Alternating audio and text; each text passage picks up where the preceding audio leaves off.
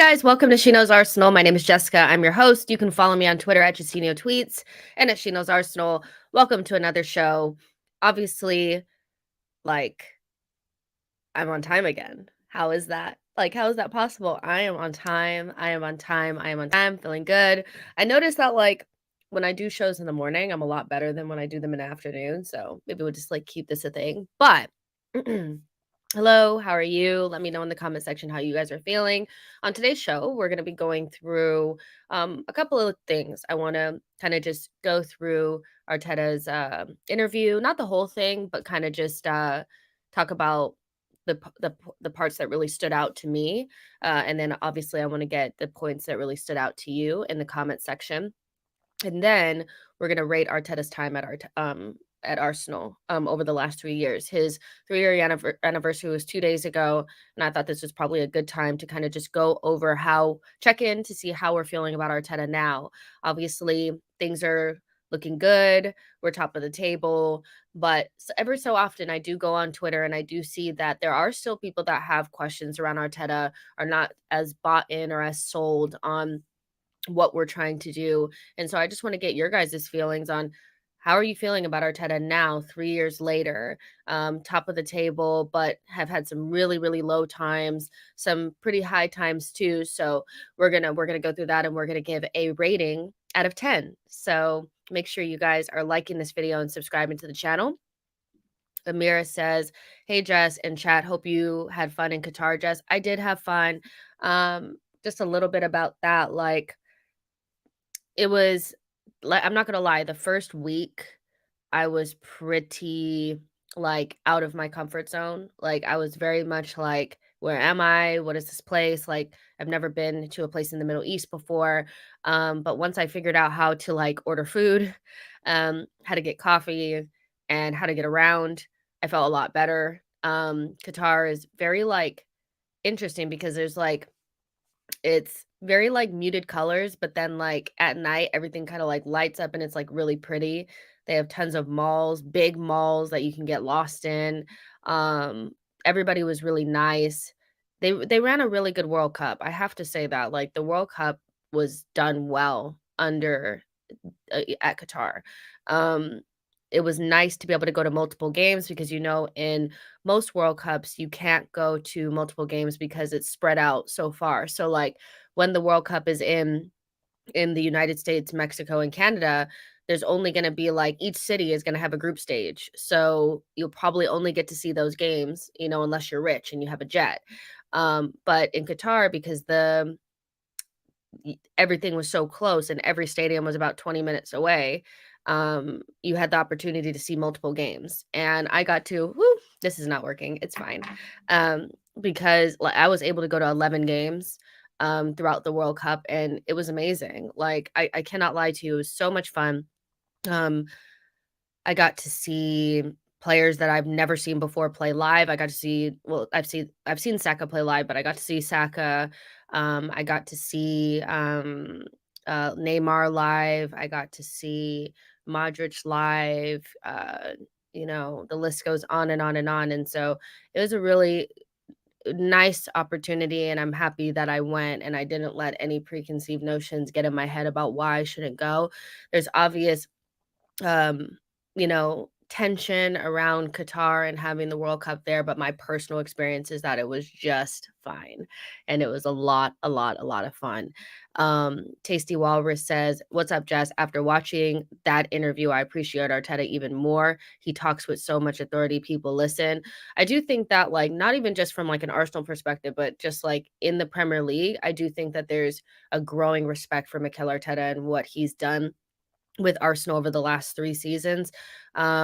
He's made some mistakes. He's had some high times, some low times, but he's made some really big decisions. And as a new manager that's never done this before, to step in and have the balls to not just go with the flow or let these players sack him, he stood strong and made really big decisions, obviously with the backing and the council of Vinay and Edu. It wasn't just him, but we know that he had a big hand in turning over this squad and changing I think the trajectory of Arsenal. Because let's be real, when Arteta came in, we were at a very, very low point. Like, it was a very low ebb. Everybody, it was like a lot of infighting. It felt like people were not excited to go see Arsenal play. It was almost like a chore to be an Arsenal fan in a way. You know what I mean? And so he brought that back. And so, yeah, I think it's not just Arsenal fans that recognize what Arteta's done. Like, it's the league at large. And so that's a good thing because I thought for a while we were the only ones who could see it. Happily Egg says Artifacts has done a good work. He learned from the master and applied his knowledge first time out. He is still liable to a mistake, but who's perfect? Exactly. Like, nobody's perfect. Every manager makes a mistake, and as he gets further and further along in his career, he'll probably make less and less and less. Jay and Bene says, "Hey Jess, top of the morning to you, my lady. A chat about the governor is about time. He has been top dog." Exactly. So that's what we're gonna do today. So make sure you guys get in the chat and let me know what you guys are thinking. But just to kind of start off, like, I did watch the interview yesterday and I pulled some like little points that really stood out to me. And the first one was that he didn't feel ready when the club went to him and said that he was the right guy for the job, not having ever managed before. He said he didn't feel ready, but he just needed to get ready. That really stood out to me because I think there's a lot of people that would have said, "No, I need to, go to a lower level club or stick at my number 2 job." But it just shows how much Arteta really, I think he knew that the job to make Arsenal better was bigger than, like, his personal career, if that makes sense.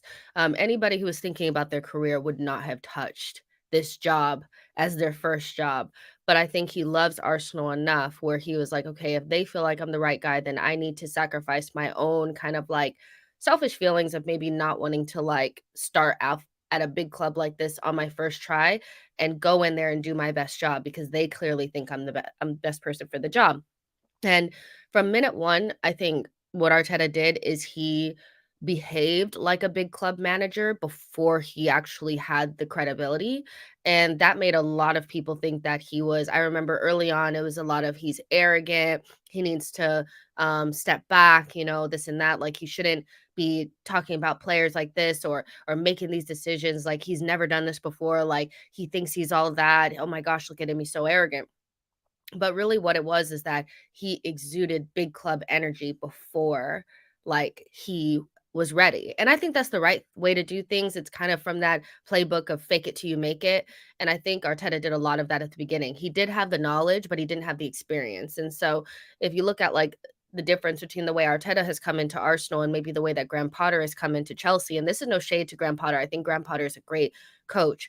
Um, Chelsea fans that I talk to say that he doesn't exude the type of energy that a big club manager should, and that kind of, brings out that, like, is he big enough for this? Is he good enough for this? And Arteta from day 1, big club energy, and people called it arrogant at first, and now they're starting to realize that he knew what he was doing, and he just needed to get his feet underneath him. So that was something that really stood out to me, was the fact that he he didn't feel ready, but he did it anyway, and that's big. That's a huge game changer right there. Let's see. Ash I says, "I'd give Ted a 7 out of 10." So we'll go over ratings in a little bit. But yeah, we will get to that 100%. James T says, "Arteta is looking like he'll have a successful managerial career. All the right characteristics. Let's hope he starts with the league title this season." If you can't tell, Arteta will be a top manager. I don't know what to say. It is obvious.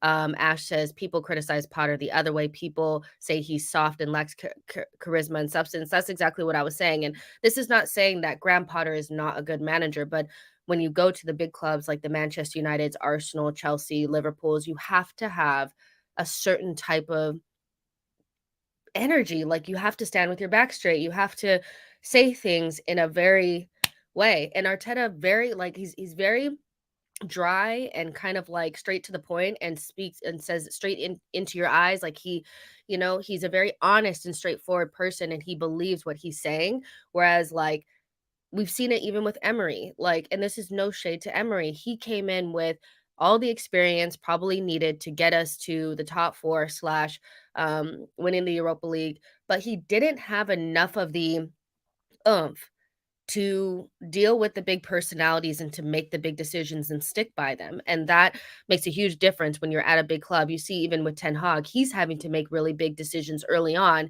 You can't pussyfoot. Like, you can't, kind of make the decision, but kind of not and go back on it. You can't. Like, you have to just boom. And that comes, you have to have the charisma, like you said, the substance, the confidence in yourself, and you have to make decisions and stick by them, which is what Arteta has been doing.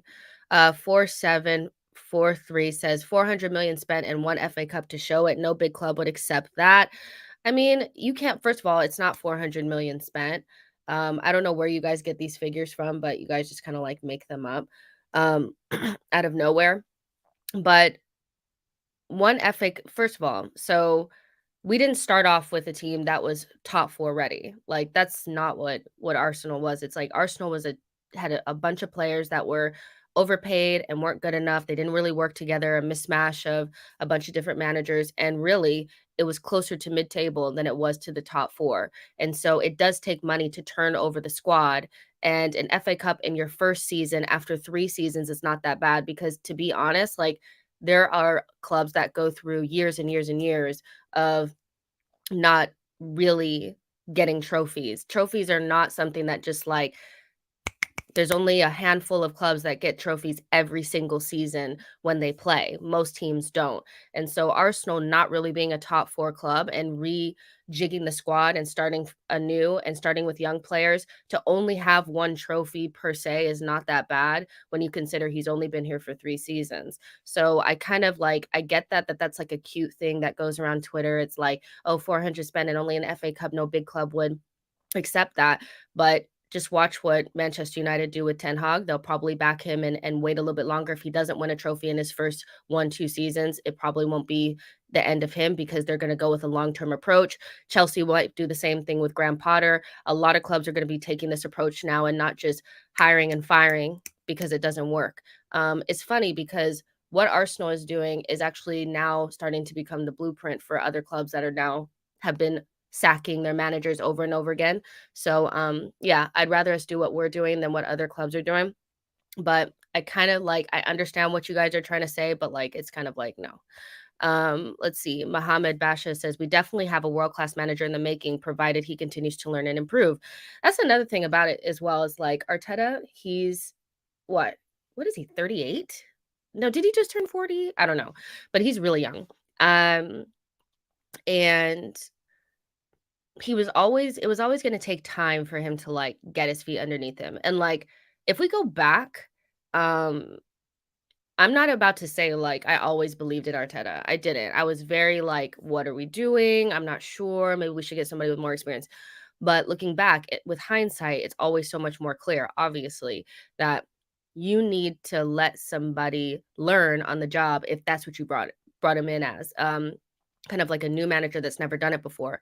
The ideas were there, the tactical knowledge was there, the connection to the club was there, but the experience was lacking. And now that he's getting the experience, we're starting to see the fruits of the labor, which, I mean, he's like the perfect manager for us now. You look in hindsight. And so I'm not particularly worried about the idea that like after 3 seasons, he's only gotten 1 trophy. Most managers, like when they first start out, don't win shit. You know what I mean? So we just have to kind of just, I think sometimes you just have to wait and see how things work out instead of like panicking. But I know I panicked a lot under Arteta in those first 2 seasons. Ash says that 2020 period, winter period was crazy, Jess. Even the Arteta defenders were really struggling, including me. I agree. I remember those times, like so many highs and lows with Arteta, and I guess to be expected, but now I'm so happy that we kind of like waded through it. So another thing that came out of the interview was the decision to move Aubameyang on, and Jamie Carragher kind of asked him, you made that big decision and he didn't know whether or not it would work out, but he had a lot of respect for him for making this decision. And that for me is exactly what I'm talking about with Arteta. He is willing to make big decisions and stick by them. And he did kind of clarify and said that like, oh yeah, well, Um, it wasn't just him, it was the club that made the decision, right? Um, but that was a huge turning point for me, like, in terms of Arteta, because I back that decision 110%. I think the more of those types of players that we got rid of, because it wasn't just Aubameyang. Like, let's get real. It wasn't just Aubameyang. It was Ozil. It was Socrates. It was Mustafi. It was Kolasinac. Aubameyang. It was Lacazette. It was all these guys that kind of just didn't fit the current ethos of like what Arsenal is. And even though they're probably good players in their own right, Aubameyang, elite goal scorer on his day, they just didn't fit, and so those players needed to go, and Arsenal wanted to get it done quicker because, I mean, we have no time to waste. I think it's important for Arsenal to get going quickly and not let this become like a 5, 6, 7, 8 year long process and work with what we have because other teams are coming. Arsenal are building, but other teams are also building right behind us as well. So there is no time to waste. There is no time to waste. So I like that Arsenal kind of decided to take the cut it out quickly and move on type of thing. And it was really brutal. Like, I'm not gonna lie. Like, some of the times I looked at the team and I was like, damn, like, could we have not used a Ozil in there? Was it right to have the Aubameyang not there because we're not scoring goals? But those types of decisions did make me rate Arteta a lot more because we needed to get rid of those players. I don't know if you guys remember, but like 5 years ago, like I personally had no connection to these players whatsoever. That was that group. The Ozil, Aubameyang, Socrates, Mustafi, that group. I had no connection to that team whatsoever because I never really felt like they were Arsenal players. Like, that's not how I didn't get it. Like, they were getting huge paychecks, but we weren't really winning anything. There's just nothing there. Think about how we feel now. Totally connected to these players. We love them to death. It's such a different vibe, and we had to cut them out to move forward. Could Arteta have worked with some of those players? Yeah, he could have. Could we have gotten some short-term gain maybe and maybe not finished 8th twice and maybe finished closer to the top 4? Yeah, but we wouldn't be seeing the team that we see now. And to be honest, like, I think some of those players would have blocked, moves for players like Ben White, the pathway for Saka to come through, the pathway for Martinelli to come through, all of this stuff all kind of connects. And what we see now is all about the big decisions that we criticized in the past. And so, yeah, like that Aubameyang decision was a big turning point for me because we were in the middle of a top 4 race and we decided to get rid of our striker, who probably could have helped us, but at the same time, it was for the long-term gain, and I understand that. Do I wish that we would have made top 4 last season? Absolutely. Am I bought into the idea that 100% if Aubameyang was there, we would have made it? No, but that was a tough one because I think as a fan base, we were pretty split. We were pretty split on that one. We were pretty split on that one, the whole Aubameyang thing, and some people have a huge connection with Aubameyang, so I really do understand that as well. Caleb said, "Agreed." We had a bunch of randoms back in the day. 374737 says, "Cedric, Willian, Tavares, Marie, Runnerson, and Zambi, all Arteta's marquee signings." Okay. Ash says, "So true. Couldn't care less about any of them." And T says, "Arteta is like classical music. Only some will get it." I kind of agree. I think some people don't really um still don't really understand the Arteta thing. Like, why didn't we just get Ancelotti or we didn't get a this and that? But Arteta feels like the right fit for us. Do you know what I mean? And like, that's so important. Sometimes you don't need the best option, you need the best option for you. And I think that's what Arteta kind of is for us. And so the third thing that stood out for me is like a quote that had come out about Ben White and the Saliba situation, and that there was a plan for Saliba, because I mean, I feel like it's so funny, like, I feel soon what I wanna do is get, like, a couple of different content creators together, Arsenal fans, and talk about these big moments because there's so many of them. There's the Saliba situation, there's the Aubameyang situation, there's Xhaka, there's Ozil, there's so many, not finishing top 4, winning the FA Cup, so many of these big moments with Arteta that I don't think we like, if you were on socials and you were on YouTube, you understand how big these conversations were. And the Ben White slash Saliba situation for me was very, very painful, because why couldn't we just love them both? Why was it every time? Because Ben White comes in, he costs 50 million. And I get, in our world, that's a big fee, and he should hit the ground running and be perfect. And Gary Neville did so much damage to Ben White's career, in my eyes, by making his career and who he is as a player all about how he performed against Brentford on the first day of the season, last season. And from that moment on, there was a lot of people that had decided that Saliba should be there and Ben White should not, that Ben White was the enemy, and anything that he does wrong or any mistake that he makes is a big deal. Now you fast forward, and Saliba scores our own goal against Leicester, and everybody's clapping him and all this kind of stuff. I don't remember anybody doing that to Ben White, and it's just funny how, like, Arteta always had a plan for Saliba, and I'm glad that he protected him from our fan base at a time where our fan base was really toxic. Like, let's keep it real. Fan base very toxic. At that point, it was like any little thing, we were on them. And I think it always, like, now that Ben White is playing right back and Saliba is slotted into that spot, it all kind of makes sense now. And Saliba did need the time out at Marseille to really grow as a defender, because I always kind of believe that, like, a lot of people that love Saliba didn't actually watch him play, because if you watched him play for Marseille, he was brilliant, but he did have these little things that he needed to work out with his heading. Still needs to kind of work on that. Just he had also kind of gotten a little bit confident, and some of his passing was a little bit, like, wasteful at times. Like, there was just things that he did, that you're like, okay, he just needs maybe a little bit more refining, a little bit more time out. And now he comes in at the very, very right spot. And Ben White looks perfect for that right back position. And I think what we're seeing with Arteta as well is, like, he loves an inverted fullback. He loves the fullbacks that can play like midfielders, and he likes for parts of his back line to be really tall and really strong. And Ben White fits that right back mold so perfectly.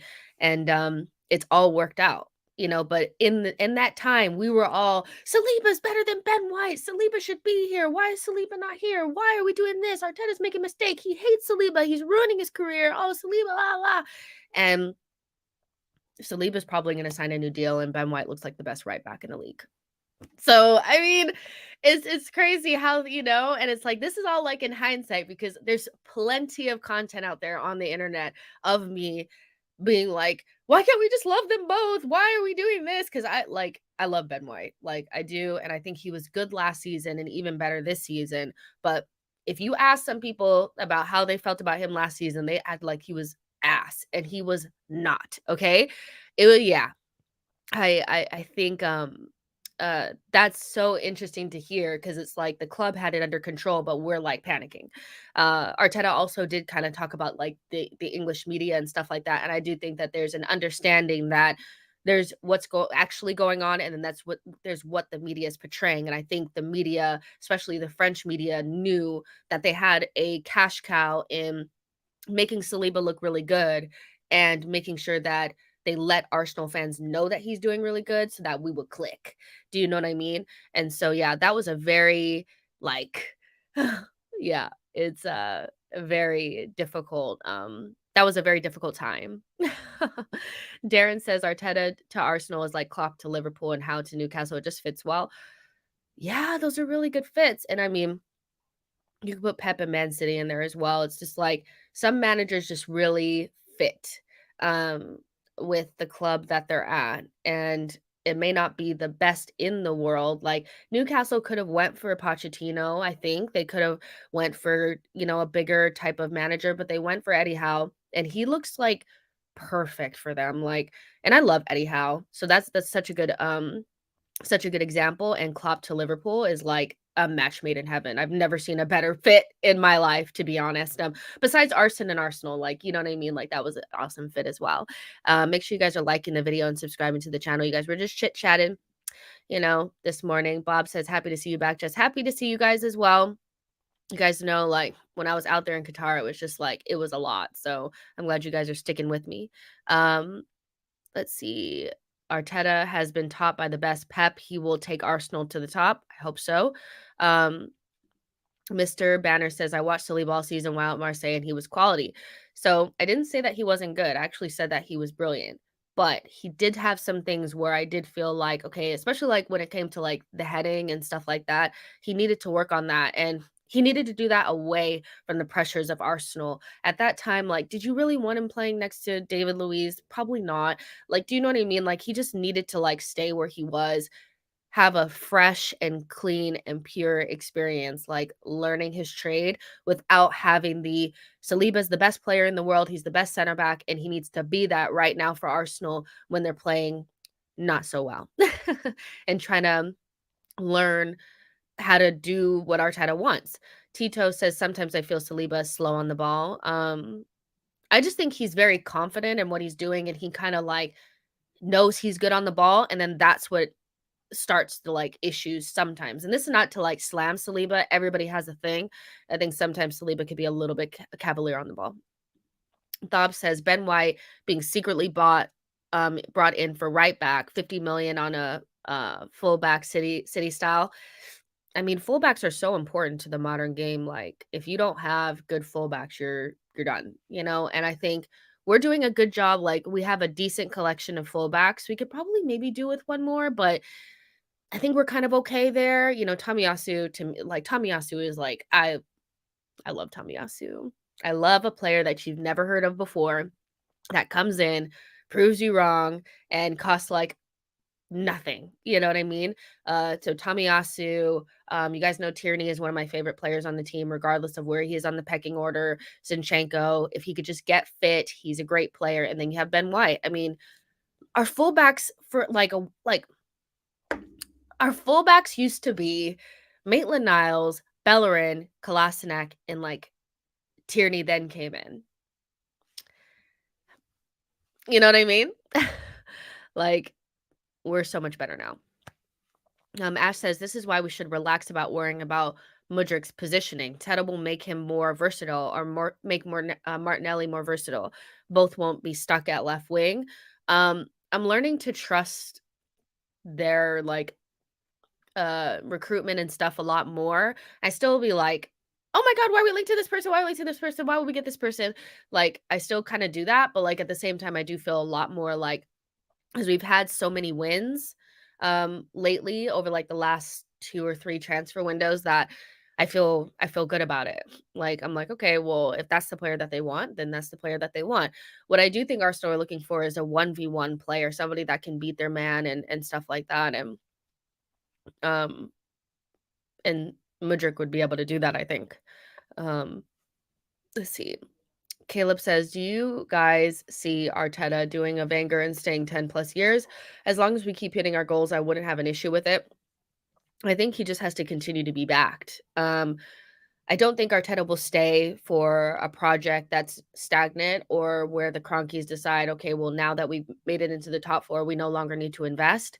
And that'll be like the big like point, like where we figure out where we actually are at in terms of our ownership and where the project is going, is beyond like, let's just put the title thing to the side. The main point of the season is to make it into the top 4. And if we do, the Cronkies cannot get complacent and do that thing where they're like, okay, well, we're getting the Champions League money now, we can just bankroll now, or I'm sorry, just chill now. That can't happen. And so I think with Arteta, because there's going to be so many eyes on Arteta and what he's doing, that clubs will be looking for him, looking at him. Manchester City might look at him, Barcelona might look at him, PSG might look at him, that we need to make sure that we have a competitive project that he feels connected to. And I don't know if he'll stay for 10 plus years, because managers don't usually do that nowadays. But can I see him staying for like 5-6 years? Yeah, I could. But it's just a matter of like, are the Cronkies going to continue to spend money? Because you have to. That's the name of the game. You have to continue to spend, not spend stupidly, but you have to continue to spend.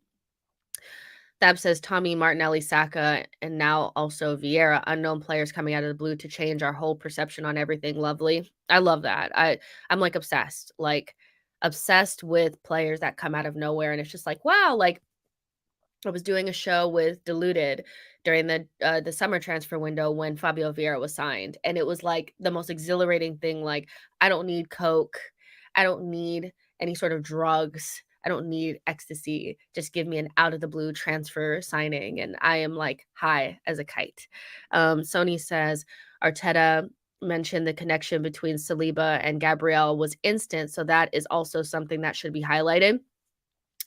Yeah, like I think they complement each other so well, and seeing them the first time together, it was like, "Okay, this is what we're gonna be doing."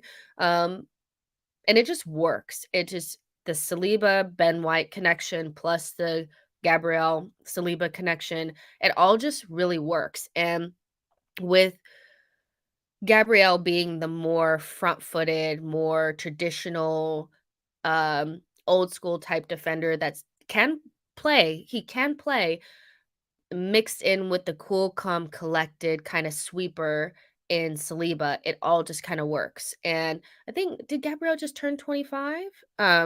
So Gabriel's like 25, Saliba's like 21. No. How is Gabriel is gets older every couple of months for me. Like a year goes by and he's just a year older. And it's crazy to me. Let me see. I swear he just turned 25. So like he's not even as a center back, he hasn't really hit his prime in my opinion. So yeah, he just turned 20. That's insane. You guys, when we signed Gabriel, he was 22, I think. So yeah, that's insane. Also seeing that people are getting older. I know it's normal, but and Saliba is only 21, but he should be turning 22 soon. So they won't quite hit their prime at the same time, but Gabriel has a little bit more experience. Saliba is, wise beyond his years. Like just a good vibe between the two of them, and I think we've struck gold with that group. I really do with um, Ramsdale, with Gabriel, with Saliba, and then White on the other side, tomiyasu, Zinchenko, Tierney. I think we're building something really nice there, and so yeah, like partnerships are so important. And I know Arteta spoke about that. It's not just about Saliba, it's not just about Gabriel, it's the partnership. And a lot of times I do think that it's like, well, Saliba was the one that was shit today. Gabriel was the one that was shit today. They are a partnership and they work together. You know what I mean? Um, yeah, and the last thing that I did wanna mention, here because, it was the thing that stood out to me the freaking most, was what Ash said. The ultimatum he gave to Xhaka was crazy. So, if you guys haven't watched the interview or seen the quotes from it, basically, Arteta gave Xhaka an ultimatum and said, "You need to add goals to your game. You need to score more goals from that position, and if you don't, we will do something about it, meaning we will find somebody who can." And here we are, Xhaka getting into the final third, scoring goals, getting assists, and having the season of his life. I mean, I think Arteta probably knows who he can give ultimatums like that to and who he can't. Xhaka seems like somebody that you can say something like that to, and he will come back and be ready to do that for you. Um, Granit Xhaka is somebody that has really flourished under Mikel Arteta, and even early on with Arteta, you could tell that Arteta trusted him. Remember when he played in that, like, deep role with Ceballos right in front of the back three? Do you guys remember that? Where he was playing more of a central defensive midfielder kind of role, and it was him and Ceballos, like, right in front of the back line. We played like that in the FA Cup, and he wasn't amazing at it, but you could tell he was trying really hard. And then he moved into that position next to Thomas Partey. And I remember initially it was like, do we want Thomas Partey on the ball or do we want Xhaka on the ball?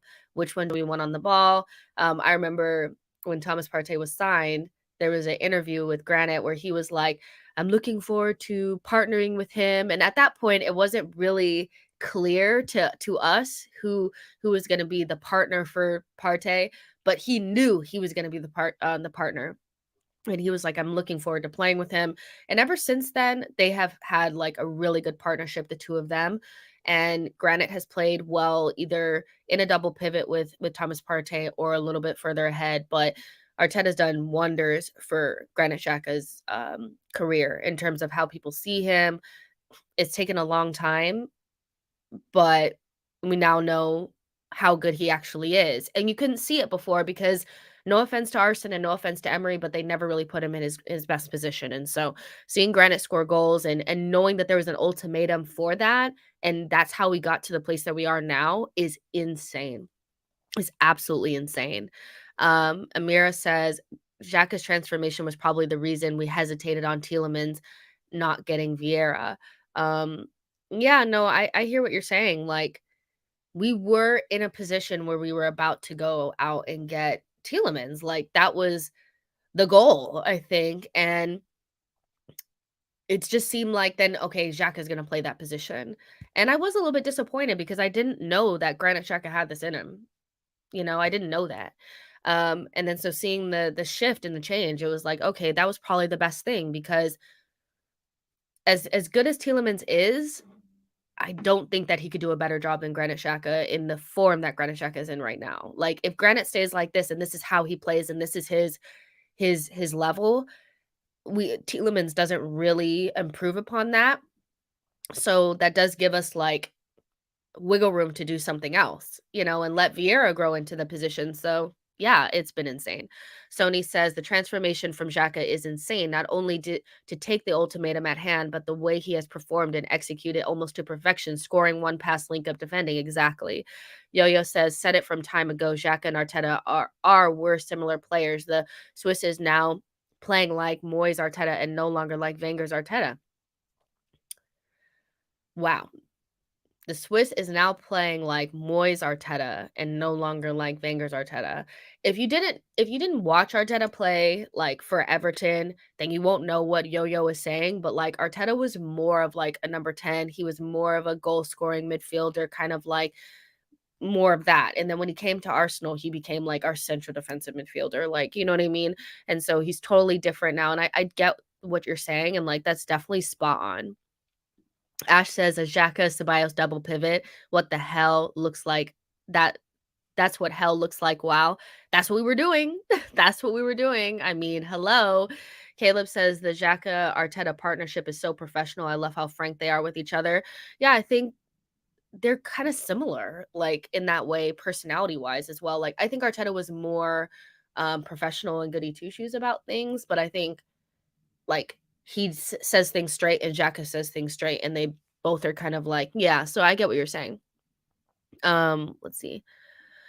Do you think in hindsight that you should have kept your keeper Emi Martinez? That's such a good question, and I think about this a lot, especially because Emi, like since leaving Arsenal, has done so well internationally. His international career has really blossomed.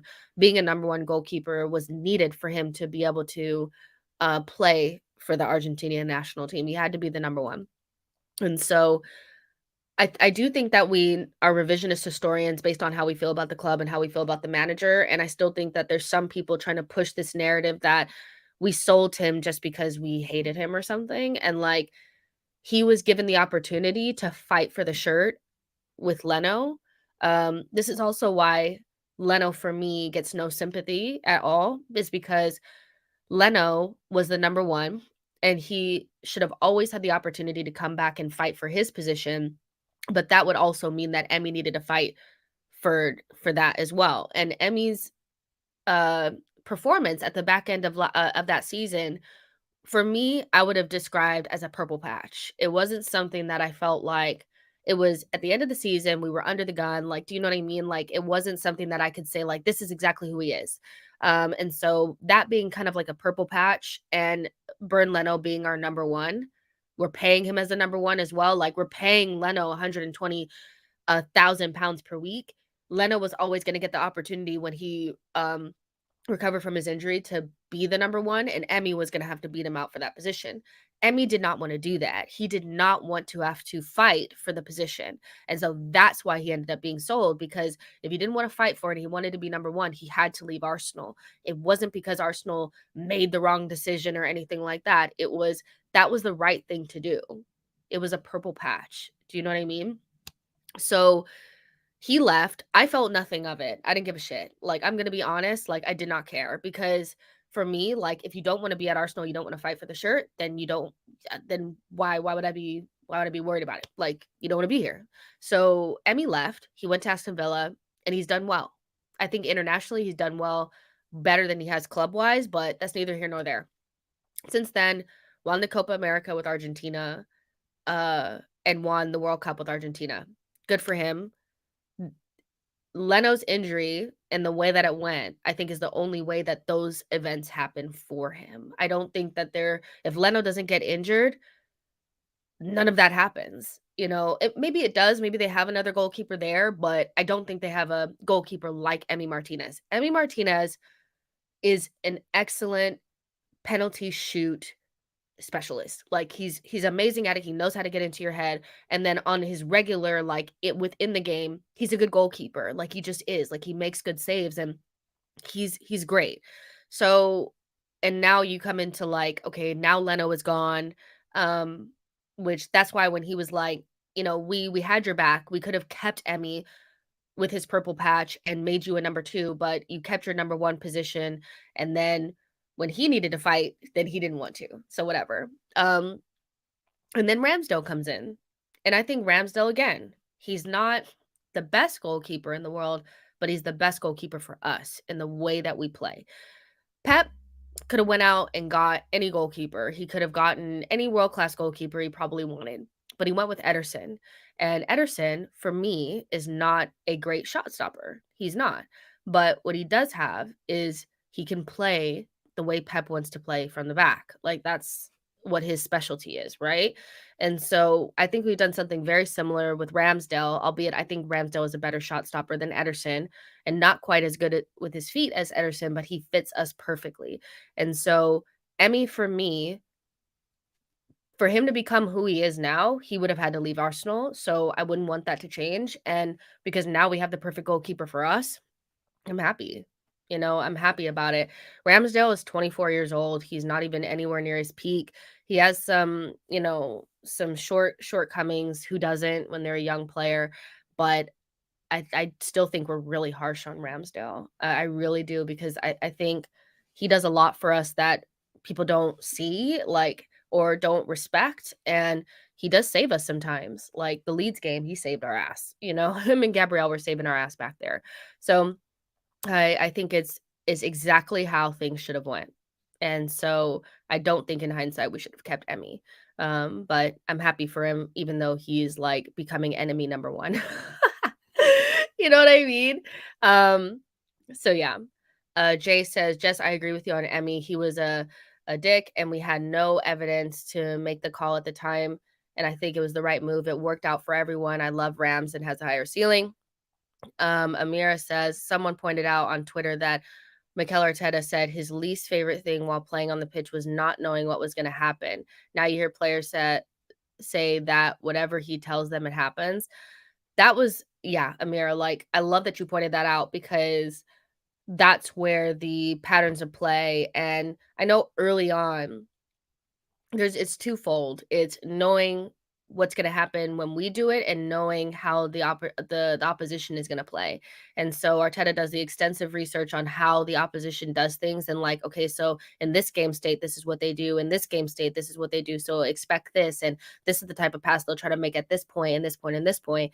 And then there's the, what are we doing and how do we make that automatic? And I remember early on with Arteta, not the first season, but in the second season, it was very like we weren't scoring a lot of goals and everything was quite robotic.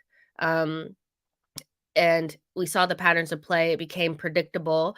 But now that predictability and that boom, boom, boom is something that we realize is our strength, is that our players know what's going to happen before it happens. And so we can execute it quicker and the other teams can't stop it. And so we have that twofold predictability where we know what the opposition is going to do and we know what we're going to do and we know like exactly how those things are going to work together for us to win. And that's just the intelligence and the attention to detail that we know Arteta has. And so that was a really a good point that you brought up. Kayenda says it was the wrong decision to let him go. In that period, he proved that he was more suited for Arteta's system than Leno was. He should have maintained the number 1 spot. Well, that's not true, because if he was more suited to Arteta's system, it's not just about how he plays on the pitch, it's about what his mentality is, and anybody that doesn't want to fight for the shirt is not somebody that belongs at Arsenal. We should Leno was like, it was what, 8 games or something like that, that Emi Martinez played. That's a purple patch. Like, that is a purple patch. So basically what you're saying now is like, an example of this would be if Eddie Nketiah, for the 8 games that Gabriel Jesus is going to be out, if he scores more goals than Gabriel Jesus, that when Gabby comes back, he should sit. Are you going to advocate for Eddie Nketiah to start those games? Or are you going to expect Gabriel Jesus to come straight back in? We were paying Leno as a number 1 goalkeeper. It was a purple patch. There was nothing definitive that showed anything. I mean, is better with his feet, but you also have to be loyal in some ways as well. Like, you have to be loyal to the players that have been there. And at that point, Leno, for the first season, I think under Arteta, was one of our best players, him and Aubameyang. So you just throw that away over a purple patch. You, first of all, you have to have morals, you have to have values, you have to back your players and have their back. And you don't reward purple patches. That opens the door for you to fight for the position, and if you don't want to, you don't belong at Arsenal. Anybody who doesn't want to fight for the shirt does not belong at Arsenal. So just because he can pass better than Leno didn't mean that you just stab Leno in the back. Like, that's not how it goes. I respect your opinion, but yeah, no. That's not how I think. Yo-Yo, I hear you. I hear you 110% here. That was the moment that I knew that, like, the Olympiacos exit was the moment that I knew that we needed a different goalkeeper. Like, we needed to, Leno needed to go at some point. But I hadn't, like, completely, like, washed my hands, but it was definitely, like, something that sticks out in my memory. It's actually one of the most traumatic, Arsenal moments for me, was the Olympiacos exit, because of how it all unfolded. But I get what people are saying. It's like they see players doing well and they're not at Arsenal, and they're like, "Oh, well, we should have kept him, and we should have done this, we should have done that." Do you not watch Emi Martinez for Aston Villa? If you do, then you know why we didn't make a mistake. Let's not conflate international and club.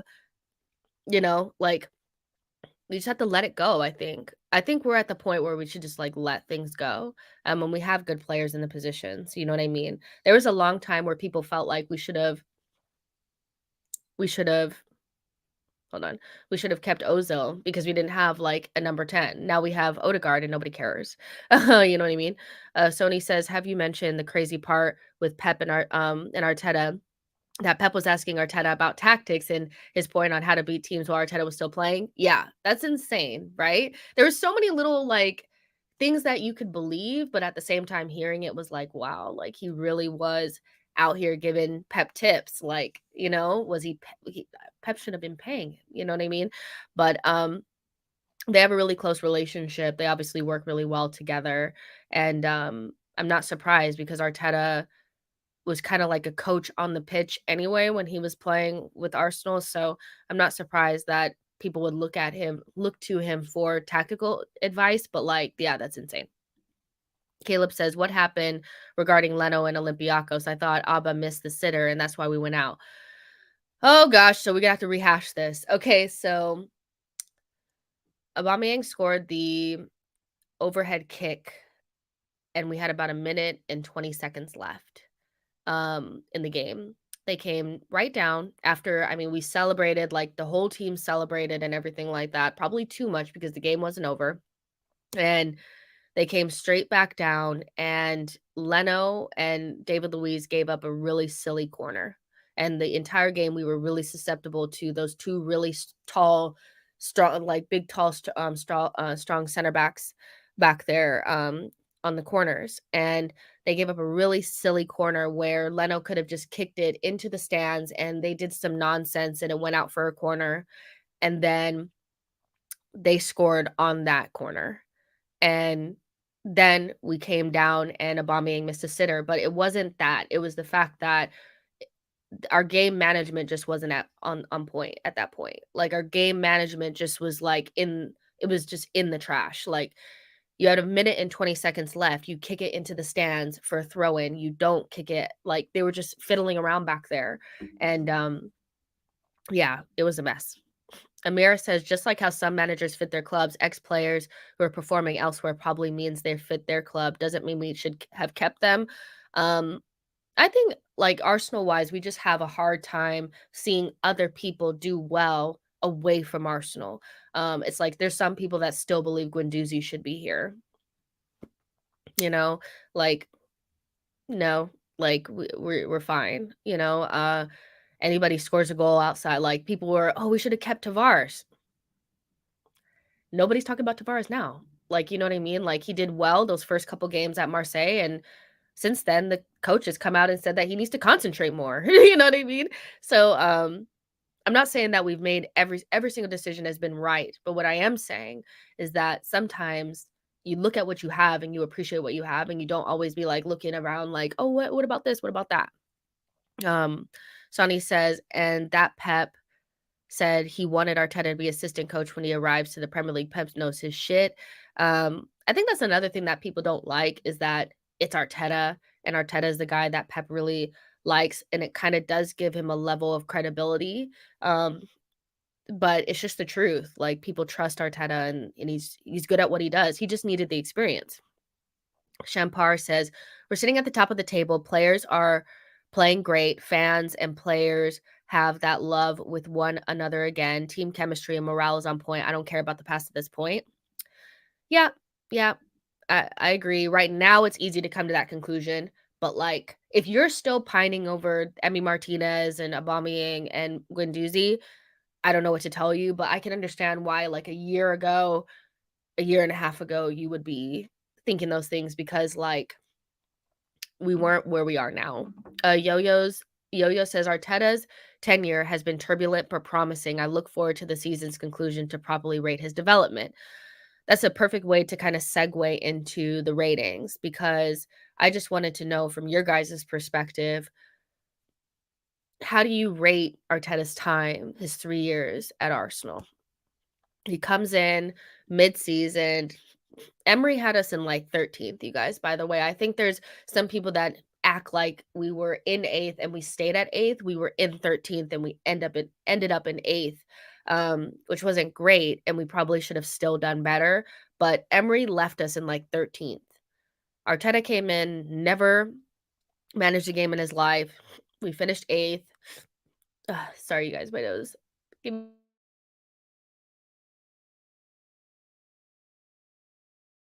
My nose is like done. Comes in, gets us to 8th.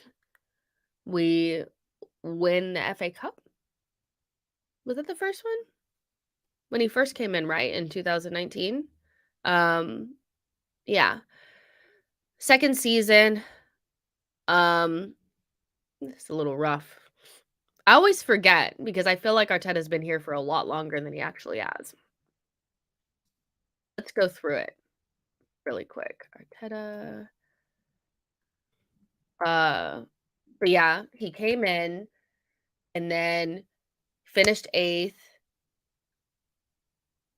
and that was the only way that we got into the Europa League, right? Was we won that, and then the next season we finished 8th, and we didn't qualify for anything.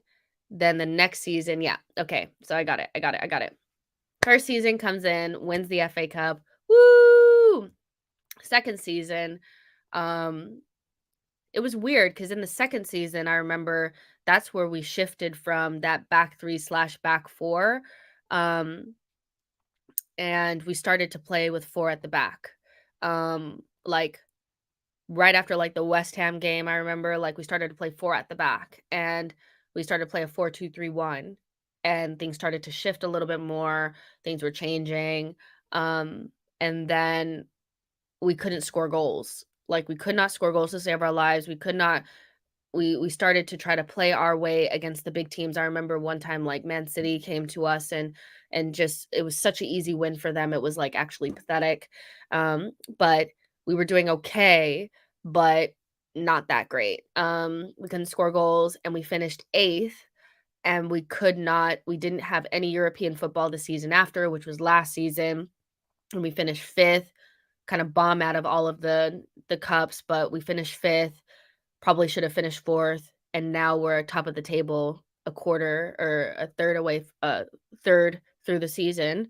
But that's just where we finished, and that doesn't really take into account the way that he's turned over the squad and how he's trained the players and how the feeling is when you go to the Emirates, you love it. The development of bukayo, Saka, and Martinelli, um, you know, the fact that if we didn't have him, we wouldn't have Zinchenko and Gabriel Jesus. That's his connections alone, like, that helps us get to where we are now. The process of getting Saliba to where he is, backing Ramsdale and Ben White, bringing them in at the right point, I think those are pivotal signings for us. Um, yeah, the development of Gabriel as well, like, I think that goes under the radar. Gabriel was way more raw and more rash when he first came in. He's gotten so much better. And making sure that we ended up with Tomiyasu instead of Emerson, little things like that. It just, yeah, I think you have to, it's more than just the finishes. Um, so you guys let me know out of 10 what you rate, um how you rate Arteta's time 3 years in, at Arsenal. Uh, Pac Bins says 8.5. That's pretty high. That's pretty high. I'm actually surprised to see that high. Um, guys, I just want to put it up on the screen. All right. 1 through 10. Oh, no, it says 1 out of 10. That's not what I meant. Hold on, let me fix it. 1 through 10. There we go. That's better. Let's see what you guys are saying. Nav R says 7 through 8. Shampar says 7 out of 10. Yo-Yo says head coach 8. Manager 5, 6. Okay. Explain.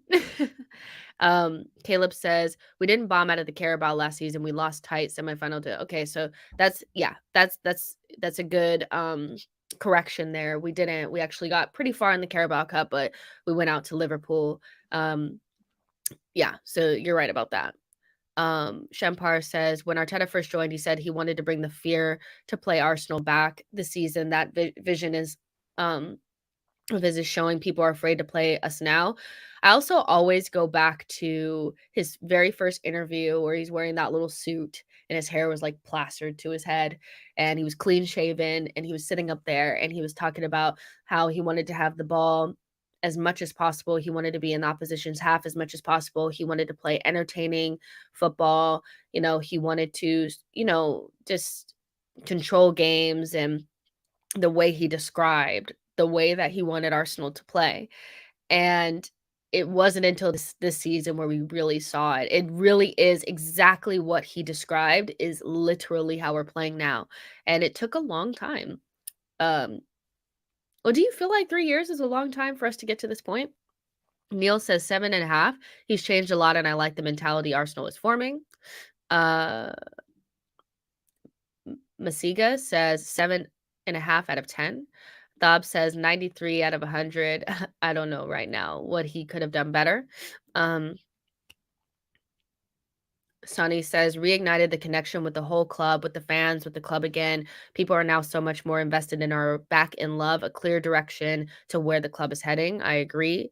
I agree. Like I agree. I like a lot of these answers, to be honest. Zender says 9, a brilliant tactician and a massive asset in the age of big spending. So is this all predicated on the fact that we win the league? Like, if we finish top 4, will you guys still feel this highly about Arteta, or is it kind of like riding the high? You know what I mean? Because I'm thinking, okay, worst case scenario, we just finish top 4. We don't challenge for the title. Do I feel the same? I do feel like I feel the same, because I never would have thought we'd be at the top of the table, 5 points clear. Obviously, there's a long season to go, but if you would have told me that, like, at the beginning of the season, I would have been like, what are you smoking and where can I get some? Yo-Yo said, I saw Unai's Villarreal and Conte Spurs overachieve at his expense. I need the manager to actualize his potential before his young players. He needs to stick the landing before I'm fully convinced. I like that. Nav R says, this is just for right now. I'm smoking some hash. That's what I'm saying. I'm like, yeah. Let's see. But yeah, I would say for my rating, I'm somewhere around um a 7 out of 10. Just based on the idea that I feel like we'll finish top 4. And the reason why I say 7 out of 10 is because I do remember some of the really low points, and not making top 4 last season did kind of it did really kind of like it was a big punch to the stomach based on where we were and all of this. And when I thought about it in like the clear light of day, I do feel like that was a missed opportunity. But you know, there was the semifinal in the Europa League. Like, could we have done better there? I feel like at this point we've been in the Europa League for so long. Should we have not won it by now? Even though Emery, was he had by far the worst, result that he could have possibly gotten, the Chelsea final. The Villarreal, semifinal for Arteta, I think was a really low point. And so I think 7 out of 10 based on the fact that he's won a trophy, he's kind of done all the things that he said he was going to do. I'm loving the team right now, but I'm still kind of preserving the 8s and the 9s for when we're winning trophies and we actually make sure that we get into the top 4 and it's done and sealed. That's kind of where, so right now I'm at a 7 out of 10. Dob says, I think we're challenging for the next 5 seasons at least, so I'm really impressed. Also, after the Chelsea friendly, I was thinking we were in a title challenge. Shit, I didn't think that. I was like, is this friendly? Is like whatever. It's not a big deal. Like I still thought I had us in 3rd. That's where I had us. But nowhere not what we're doing now. Did you guys see? So I know it's like not trying to like bring up old shit, but ESPN had put out the thing that VAR had said that they got it wrong against Manchester United, the Martinelli goal. Like that should have stood. We could be unbeaten right now, you guys. Like that kind of pissed me off a little bit because I was like, we should have been unbeaten. Like, come on. Not to bring up old shit though. Caleb says, my 9 out of 10 rating is definitely predicated on us challenging for the league this season and finishing at least 2nd. If we finish 4th again, I'm down from a 9 to a 7. We can't be known as bottlers. I like that. I like that. First to let a rhyme flow down the Nile. Says 8. Zender says, I don't think so. This is still a development season. I predicted 2nd over the summer, but next season is the real test. Next season will be really hard because if we do have Champions League and we do well to challenge for the league, then the expectation is to challenge again and to also be able to maintain, like we can't bomb out of the Champions League. You know, so it's going to be tougher. We're going to need more quality. Like there's a lot to do this coming summer. So yeah, I do kind of agree that this is kind of like the platform to go into what Arsenal are actually supposed to be, which is a Champions League level club that also challenges for titles. Like that is what Arsenal is supposed to be. Like we're not supposed to be a top 4 team that only gets to, just barely qualifies for Champions League. Like that's not who Arsenal is, right? We're supposed to win trophies and challenge, and so that will be the expectation. And so there's still a long way to go, I think. Magnificent says, the fact that we haven't qualified for Champions League, I feel like it's been 10 years, but the fact that we are top of the table ahead of City shows we are progressing really well. I agree. Caleb says, our luck at Old Trafford is horrendous. I hate that club. Me too. D. Akuruba says, Amrabat is gone to Liverpool. Who would you get from the Morocco team? I said Awani to put some pressure on Odegaard. No one. We talked about this yesterday, but not that I don't think those players are good. I think Amrabat and Awani were probably the best, the players that you could see potentially coming to the Premier League. Amrabat, I think, is a little bit more of like a realistic option because he plays for Fiorentina. People knew about him before. but those boys were playing out of their skin, and I'd prefer players that I knew about before, you know, this the World Cup started, that I know can play in this league. Awani, to me, is a very good technical player that's really smooth, but I'm not sure that I believe that the Premier League is a place for him to land. Not right now, anyway. Let's see.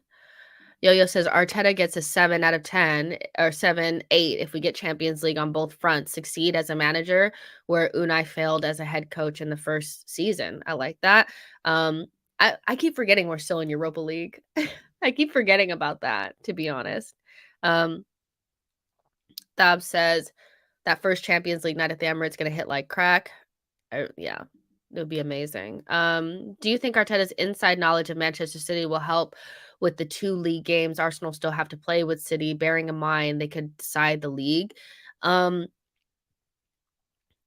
I do. I think he used that very well. The first when we played them in the FA Cup, he knew that if we sat in a low block, that we'd frustrate them and they would kind of like I don't know if it was Arteta said it, somebody said it that when Manchester City start kicking spamming crosses that they're out of ideas. And that's essentially what they ended up doing against us in the FA Cup.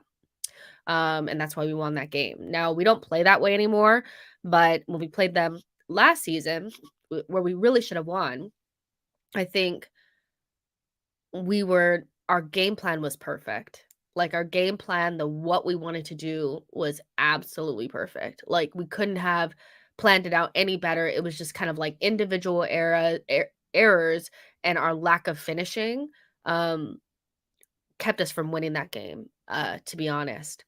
And so I think Arteta does have a plan for Manchester City. He knows where the gaps are. He knows how to get in on them. And to be honest, like I'm saying this, and I know that people are going to be like, "Why are you saying this? You shouldn't be saying it." But I have not been that impressed with Manchester City this season. I think they have been good, but I don't think they have been amazing like we know them to be. I know that they're integrating Holland in, but I think Holland being what he is and the anomaly that he is has kind of taken away from the fact that they can be got at defensively. They can be got at. We've seen good teams. I'm not saying like bad teams like everybody can get at them. I'm saying good teams can get something. Newcastle played really well against Manchester City, probably so I think Arteta does have the knowledge. It's just a matter of if we can execute and if we have the players to do it. Like against Manchester City, we really need to have our best 11. Like our best 11 is our best option or our best way of being able to beat them. You go into Manchester City with no offense to Eddie, but you go in with Eddie and some of the other players. I don't think we have as good of a chance, but we will have to play Manchester City one time without Gabriel Jesus. I think that's what that says here. Um, so like Tottenham away, Manchester United at home, Manchester City at home. Those games are going to be games without Gabriel Jesus that we're going to have to play with, Eddie and stuff like that. I think that's where it's going to be difficult. Like we have to make sure we get something, but it's going to be hard. Um, let's see. Thob says Manchester City have been bad to their standard. Exactly. The lack of 1v1 quality on the wings, especially on the right side. Exactly. That's what I'm saying. Like it's to their standards. Like they're not terrible. But again, Manchester City are good at the back end of the season. So after like Christmas break, they tend to be even better. So I'm not going to count them out. Uh Yo-Yo says, don't play City until February. I think it's the only title challenge if ours are ahead of them before kickoff. Yeah, we don't play them until February 15th, but the day that Gabriel Jesus is supposed to come back is Leicester, which is 2 games after that. So unless we get lucky or by then we've signed somebody, which I mean, we should have signed somebody by then because it'll be February. We'll just have to see what we're like. We just have to see what we're like. Victor says, Jess, when you guys want to play against Man City, hope João Cancelo plays right back. Then it will be easy for Martinelli to operate at the right-hand side of City's defense. Yeah, when we played them at home, Martinelli was killing João Cancelo, but again, we didn't have that finishing touch yet. we were just kind of getting into the way that we play. Now we should be putting those chances away. So we'll see what happens. But you guys, like I said, I give Arteta so far a 7 out of 10. I think the job that he's done to rehab the squad and get the feeling back at the Emirates and get us playing entertaining and effective football has been a big feat. There's been lows and highs, but ultimately I think there's a good job being done. So let's finish here. I've really enjoyed having this little chit chat. I know it's like different because it wasn't transfers, but there's not really any transfer news as I've seen it. If there is anything later on the day, you guys know I'll come back. But we're just gonna end it here. Make sure you guys like this video and subscribe to the channel. And I'll see you guys on the next one. I'll see you guys on the next one.